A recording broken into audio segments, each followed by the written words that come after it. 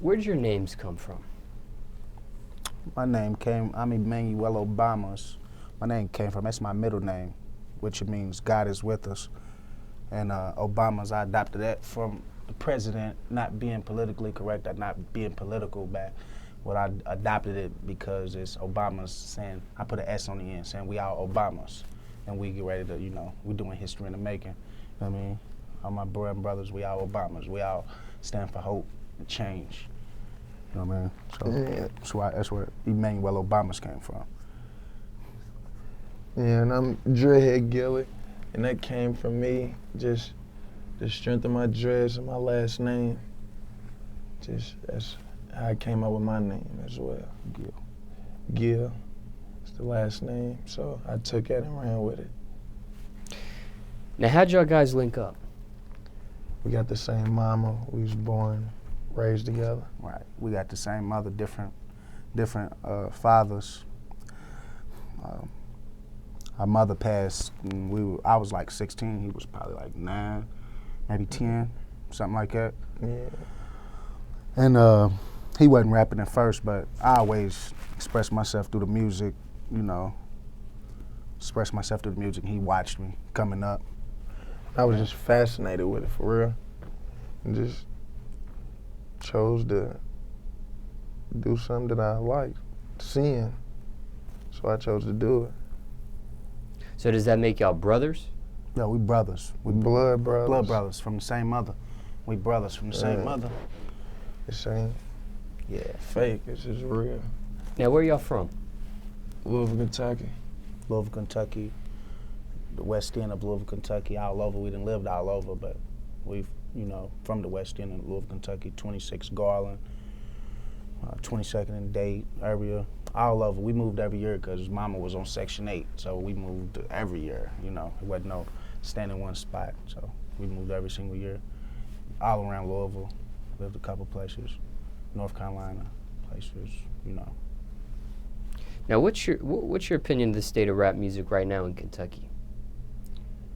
State of rap music right now in Kentucky, there's no major outlets. It ain't no major outlets there. It's a lot of talent there, a whole lot of talent there. There's no major outlets for artists to get on. You have to have your driving ambition. You have to get outside of Kentucky to, get the flame. It ain't really no support.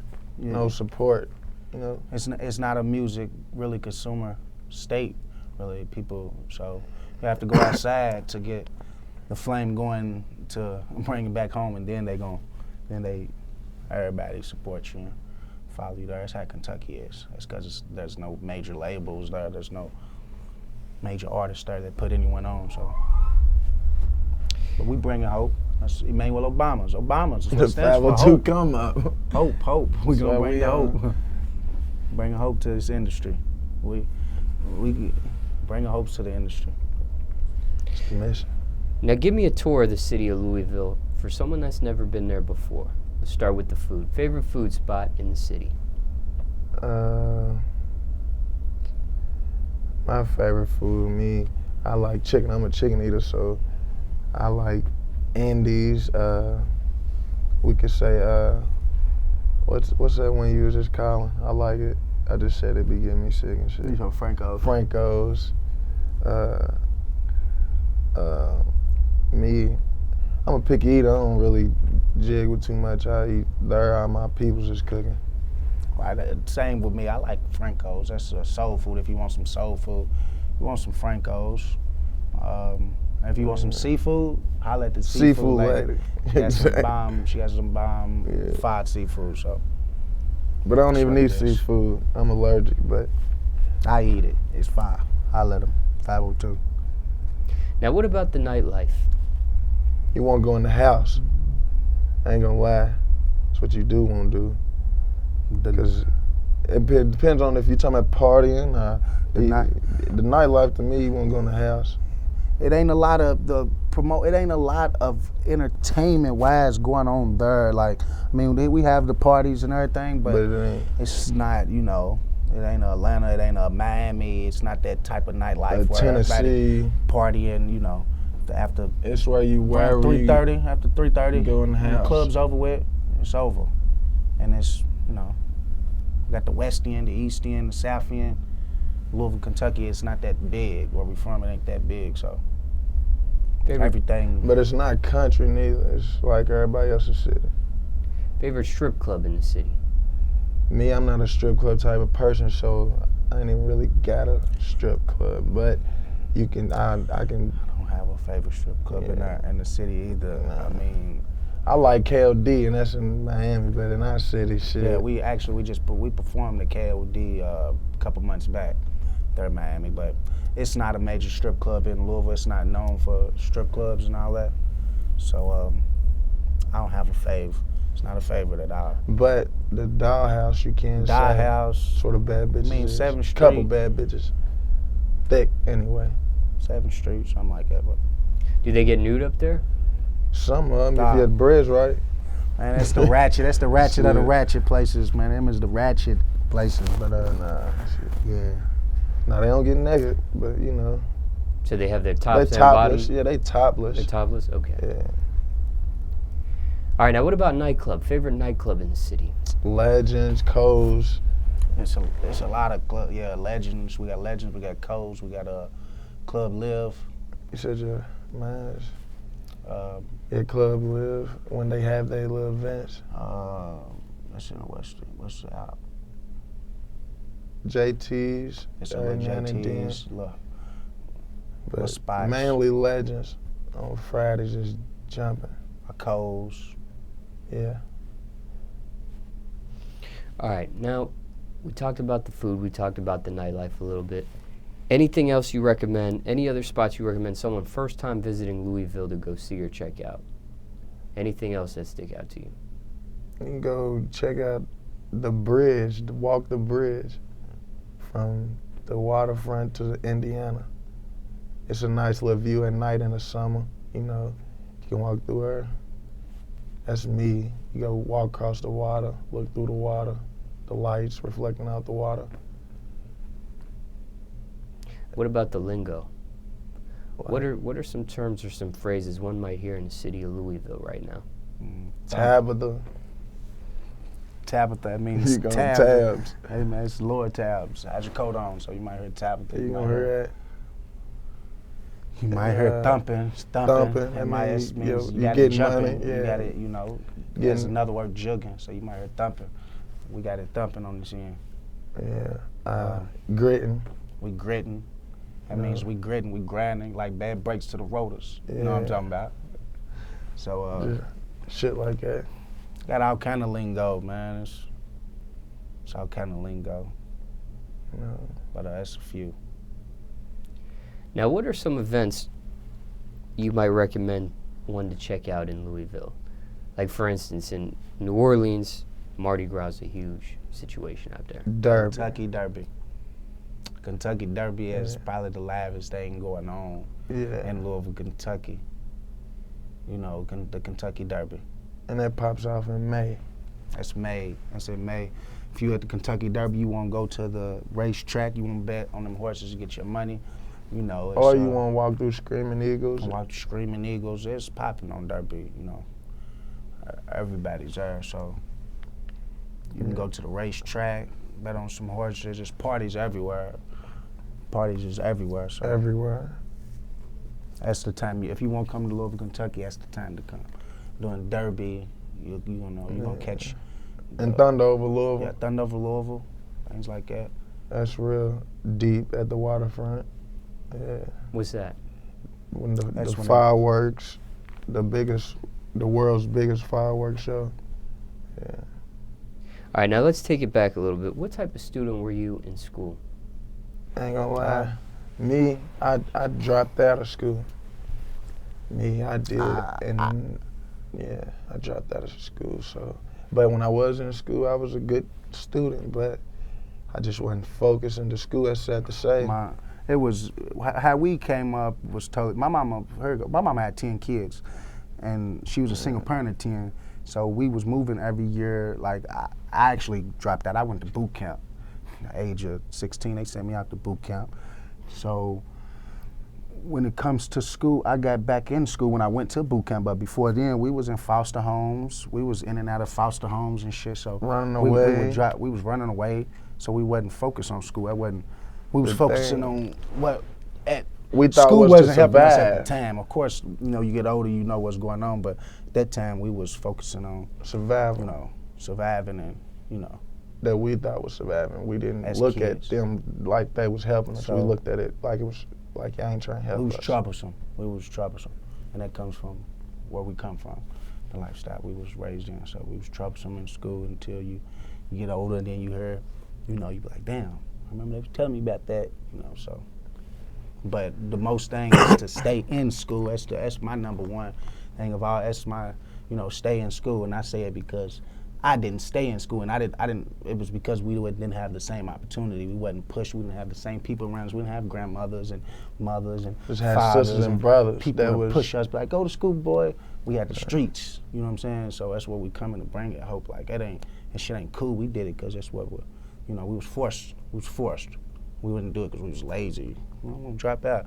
Nah, it's because mama was on drugs and, shit. We don't know father, and we was out there. So school was the least of our worries. But very intelligent. Very intelligent. We couldn't use it at that time.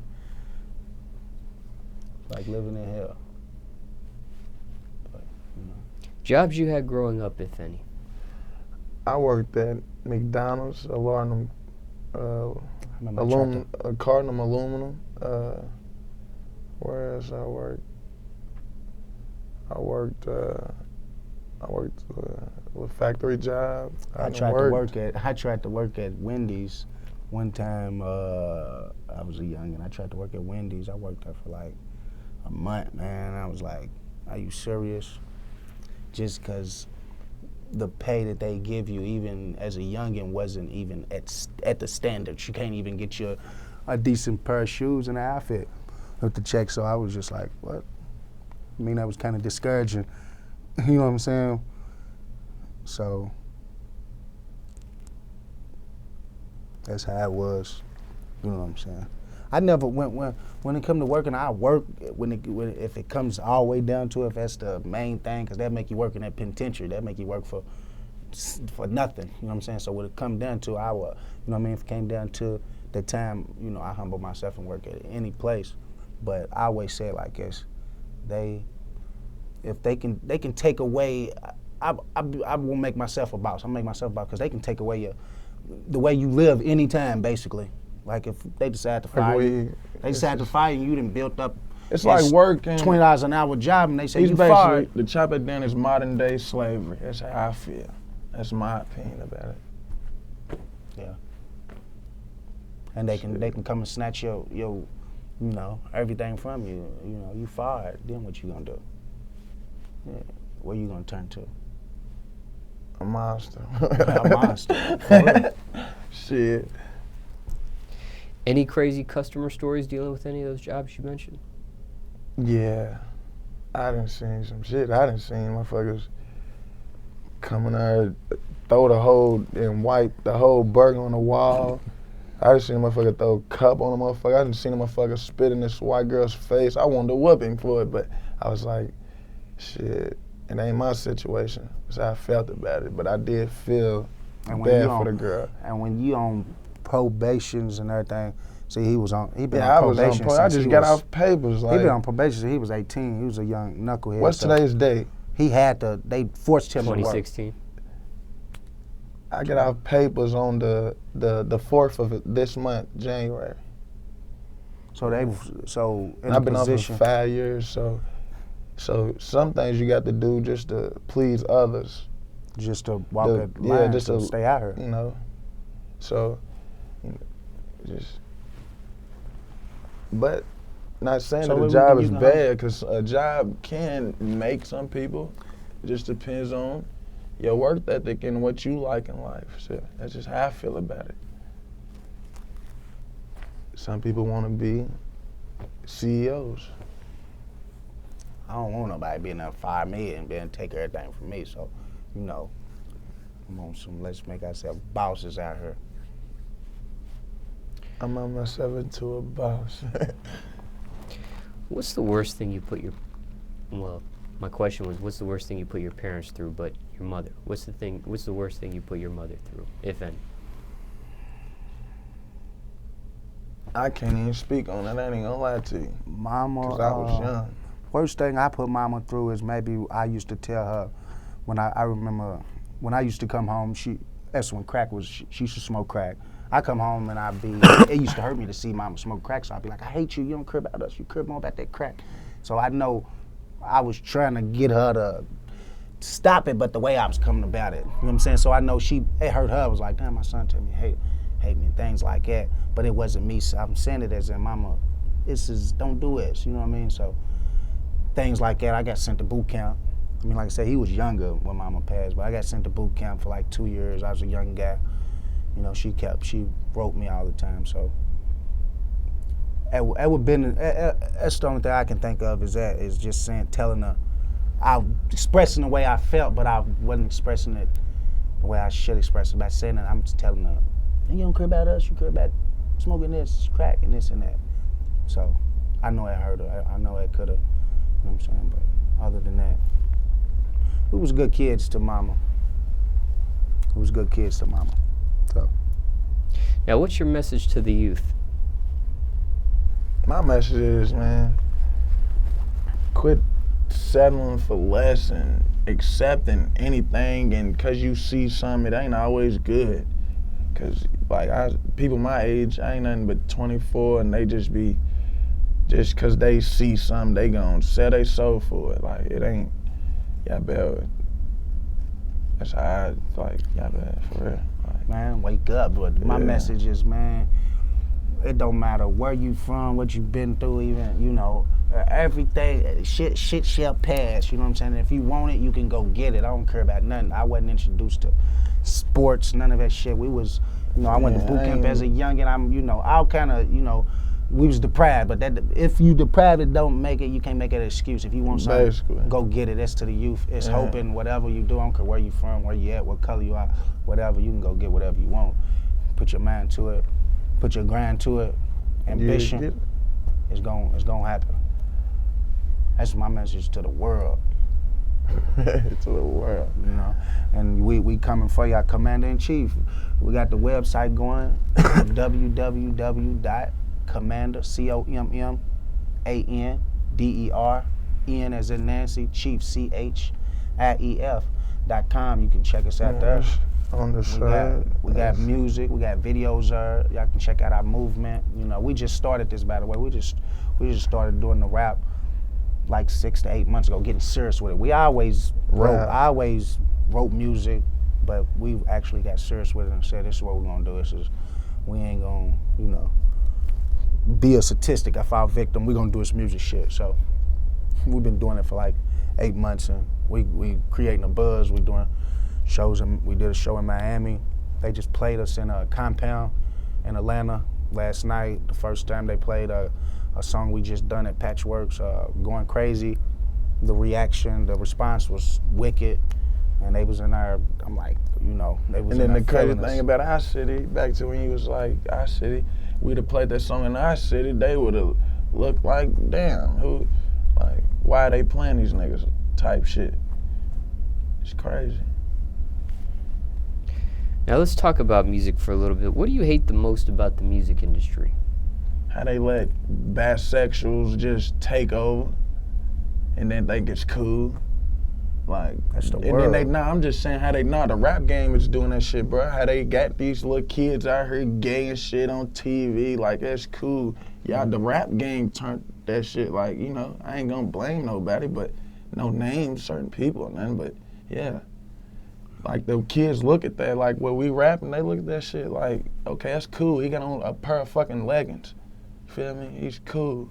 So I'm gonna go get me some tights and, you know, like, they looking at that shit, or they think people's bisexual, you know, now all of us is dykes and shit like that. Nah, be yourself. Feel me? Don't be what they been. Create your own trend. Feel me? That's what it is. Yeah. Top 3 things you need in the studio. Talent. Nah, you don't even need talent. I ain't gonna say it. You need in the studio. Nah, I'm trying top things I need in the studio. I ain't gonna lie. I need a bag of that loud, some gas. I need me some tabs, and I need everybody to get out. That's what I need. I ain't gonna lie. I don't need that, but I like that. Yeah, we gonna go. We just I ain't gonna lie to you like I'm some drug head or nothing, but that's my zone. That's how I like to be in the booth. But if I ain't got that, I'm okay. I can still work. Trust me. Right, give me a beat. Give me a beat. Shit. You know, of course, we need some of that smoke. Give me a little bit of that smoke. Give me a beat, and we gonna go from there. We gonna kill it every single time. That's how we need. That's how I need to beat. Probably don't even need no smoke. It's just in me. We do it in our sleep. We do it in our sleep. So I really don't need nothing. You can put me in there with nothing, and I'm gonna come out. We're gonna come out on top. Craziest studio story, if you have one. Craziest studio story I got. We from Louisville, Kentucky. I've heard of Bryson Tiller. I met Bryson Tiller like 4 years ago. We was great to do a song. I had some songs I've written from him. Took him to a studio, and the guy, we went in there. The guy kind of was just like, man, you don't need this. You don't need this. Just was kind of a little rough around the edges and aggressive really for no aggressive. reason. And the artist I brung her, this was 4 years ago. This was before he even blew up like he is. I'm like, he ran him straight out. He's like, man, Emmanuel, I don't feel comfortable recording her. And at the time, I'm on the watch. I was on the watch. Home incarceration. That's home incarceration. With a I was fighting bracelet. some cases. I wasn't even supposed to be out. We had like an hour out. But I heard his music over Reverb Nation. I'm like, damn, he's good on this song. Hollered at him. He's like, cool, come and get me. I'm like, I got a bet for you. Took him there, and dude ran him off. Just was real aggressive. And he was just like, I don't feel comfortable recording her. So I'm like, damn, okay, I can't really accommodate him because I'm on the watch. So I couldn't get my session with him. And look at my peoples now. 502 come up, we out here. I catch you in a second, you know. But, I ain't had no bad studio sessions because my peoples. Never know who you entertain, and that was 4 years ago though. That's why I was like, man, you don't know who you entertaining, who's coming around you, what's going I record progress. myself, so I don't go crazy. through all of that. Yeah. Going through a person's And that, see, they why? feelings and all of that. And with him being, I know me, I'm the type to say something you might not like it, so I won't even record with you.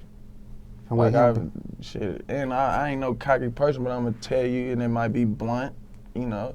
If I be like, I don't like the beat, you know, I be in my zone, I be like, cut that. You know, the person might be like, dang, bro, lower your voice, how you saying cut that? But I'm just in my zone, and I just, you know, they might think I'm aggressive, but it ain't nothing like it. It's just I be in my zone and like to move quick. I don't like no slow ass shit. That's just me. What's the realest song you ever wrote so far in your whole catalog of music? How I'm feeling. oh man, And I didn't write that though, cause I don't write nothing for real. It's just be how I'm feeling for real. It's just crazy. But how I'm feeling's a song I did on SoundCloud. You can check it out. Dread Gillie, CNC. All you gotta type in. But how I'm feeling, and then he got a hot one. I wrote a song. Well, I've wrote so many realest songs, but one of the realest songs I wrote is probably called "Curse Life." This was years ago, and I wrote something recently. But "Curse Life" is just. You should give him a couple bars. Curse Life is just something I'm telling, like, you know, I'm telling our story, I'm telling where we came from, you know, like, it's expressing, like, why I'm the way I am, and, you know what I'm saying, my outlook and my perspective on life, you know. Here go a verse, see where I'm from, it wasn't peaches and cream. In fact, my past history is obscene.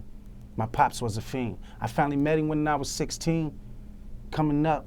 I don't even know, it's old, but basically you get the picture. I'm telling like our past and where we come from, and I'm telling, you know, 14 they sent us to boot camp. I'm just telling and breaking it out down of the story. It's a movie, really. It's a movie. So that's one of the Curse Life. You can't find that nowhere on the web but MySpace. That's how old that is. Curse Life Emmanuel, and that's before it was Obama's. It's Emmanuel. But then I got something else called, what's that song called? Don't Judge Me. Yeah, don't judge me. I'm talking about just you know, telling the world, like, you know, everybody, the critics there, everybody saying, you know, like I was forced to hustle. I had to go get it. To be ambitious mean to be persistent.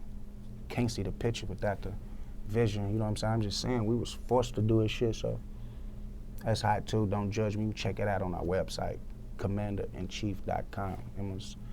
You can check out a lot of our real shit. But we got that shit that's gonna make you go crazy. When I mean go crazy, I got them going crazy. I mean drop it, you know. Then we got that shit that's gonna put chill bumps on you. We got that shit might make you won't drop a tear. We got that shit that make you want to go make a $1 million in 3 hours. Yeah, we got that too. You can't put us in a box, man. You can't even put us in a box because we bringing two different things to the table. You know, we bringing two totally different things to the table. So we're gonna shake up this industry, man. It's time to shake this motherfucker up. Tell the world what's you know, they've been missing. So just follow the movement. Right now we working. We getting the DJs. We just trying to brush shoulders with DJs. Like we said, this is new to us. We ain't no industry. We straight out the streets, drafted straight from the streets to this shit. So this is all new to us. We learning. You know what I mean?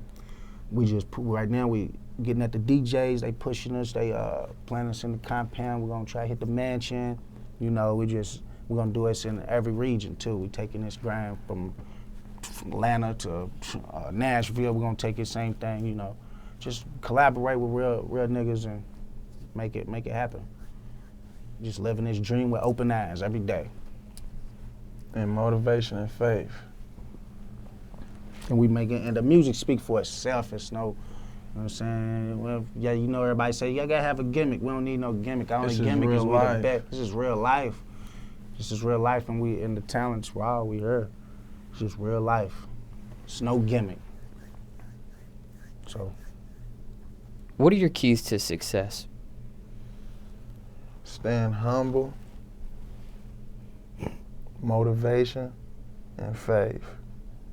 My keys to success is those three, and the empire I know, the empire I know I have to build for my family because we don't have anything. So I know for a fact it's like, that's what gives me more motivation in the keys. Like I know I gotta do this. I got all these I got a big family I gotta take care of, and the Lord knows that. So, you know, that's what keeps me focused and say, and my kids, you know, they look and I say I gotta be a role model for them because I ain't have a daddy. My mama died when I was young, so I'm like, I'm on that street shit, man. You know, like I said, I was in some trouble a few years back. I was fighting some cases, so I'm like, that's what keeps me on the right path now. Like, out of the trouble, out of all that old, just the foolishness. That's the keys to my success. Is like, we're gonna have to make this shit happen for our family. Because if we don't make it happen, then, you know, I hate to say it, we're doomed. So what you got going on right now? Right now, we're working on the mixtape, Commander-in-Chief, Dreadhead Gillie and Emmanuel Obamas. We're working on our new mixtape, Heroin Music, The Epidemic, Volume 2. You can follow us at, you can go to www.commanderchief.com. That's commanderinchief.com. You can follow the Twitter tab, the Facebook, and the Instagram from that page. Just scroll to the bottom, and the YouTube. You can follow everything from that page. So, right now we're working on a mixtape, so be ready. Streets, 2016.